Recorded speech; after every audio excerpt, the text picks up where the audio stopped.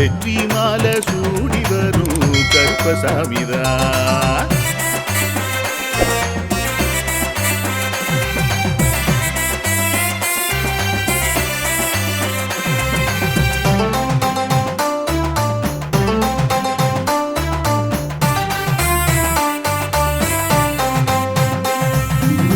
ராமரோட பரம்பரை தானே புளியரை கருப்பசாமி. ஐயப்பசாமி சித்தரோட அருள் வாக்கு. முழு முதற் கடவுளை வணங்கி அரோகரா என்று முழங்கி பாண்டி சித்தர் வழியில் வந்த ஐயப்பசாமி. கருப்பசாமி சத்தியத்தால் காட்சி தரும் சாமி என்போம்.